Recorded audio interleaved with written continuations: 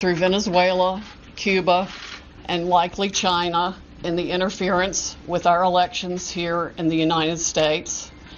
The Dominion voting systems, the Smartmatic technology software, and the software that goes in other computerized voting systems here as well, not just Dominion, were created in Venezuela at the direction of Hugo Chavez to make sure he never lost an election after one constitutional referendum came out the way he did not want it to come out.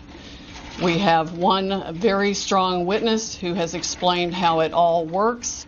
His affidavit is attached to the pleadings of Lynn Wood in the lawsuit he filed in Georgia. It is a stunning, detailed affidavit because he was with Hugo Chavez while he was being briefed on how it worked. He was with Hugo Chavez when he saw it operate to make sure the election came out his way. That was the express purpose for creating this software. He has seen it operate, and as soon as he saw the multiple states shut down the voting on the night of the election, he knew the same thing was happening here, that was what had gone on. Now, the software itself was created with so many variables and so many back doors that can be hooked up to the internet or a thumb drive stuck in it or whatever. But one of its most characteristic features is its ability to flip votes.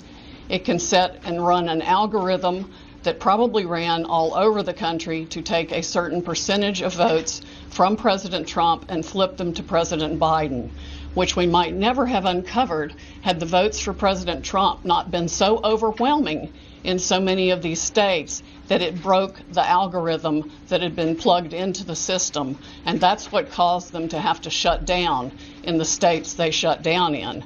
That's when they came in the back door with all the mail-in ballots, many of which they had actually fabricated. Some were on pristine paper with identically matching perfect circle dots for Mr. Biden. Others were shoved in batches. They're always put in a certain number of batches, and people would rerun the same batch.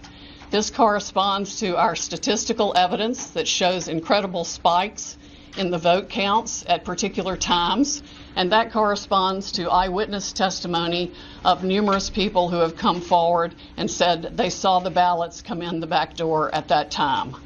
Notably, the Dominion executives are nowhere to be found now. They are moving their offices overnight to different places. Their office in Toronto was shared with one of the Soros entities.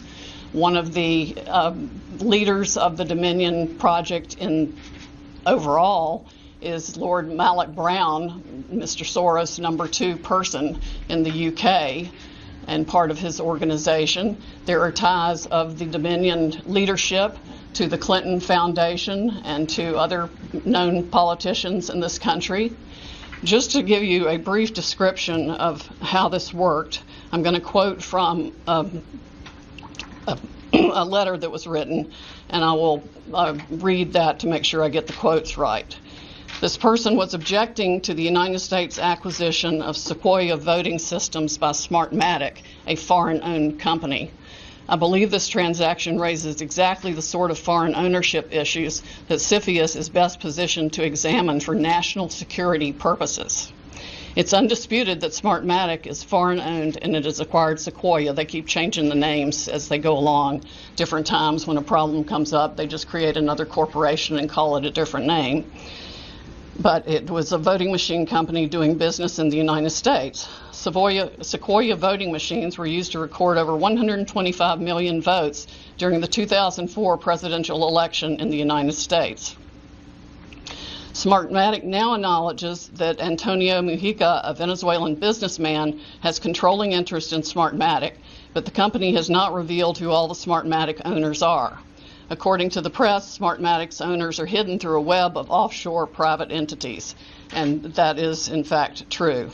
Smartmatic has been associated with the Venezuelan government led by Hugo Chavez, which is openly hostile to the United States, and of course, as we all know, communistic and really brutalizing its own people. the system has been continued there by Mr. Maduro and ensured his election. Smartmatic's possible connection to the Venezuelan government poses a potential national security concern in the context of its acquisition of Sequoia, because electronic voting machines are susceptible to tampering, and insiders are in the best position to engage in such tampering. This letter expresses concern of the Chicago 2006 primary election. And it ends by saying the products and services that are of Venezuelan origin, and evaluate Smartmatic's ownership to determine who could have influence and control over these and other Sequoia products and services are important to the national security of the United States. This letter was written to Hank Paulson on October 6, 2006 by Congresswoman Carolyn B. Maloney.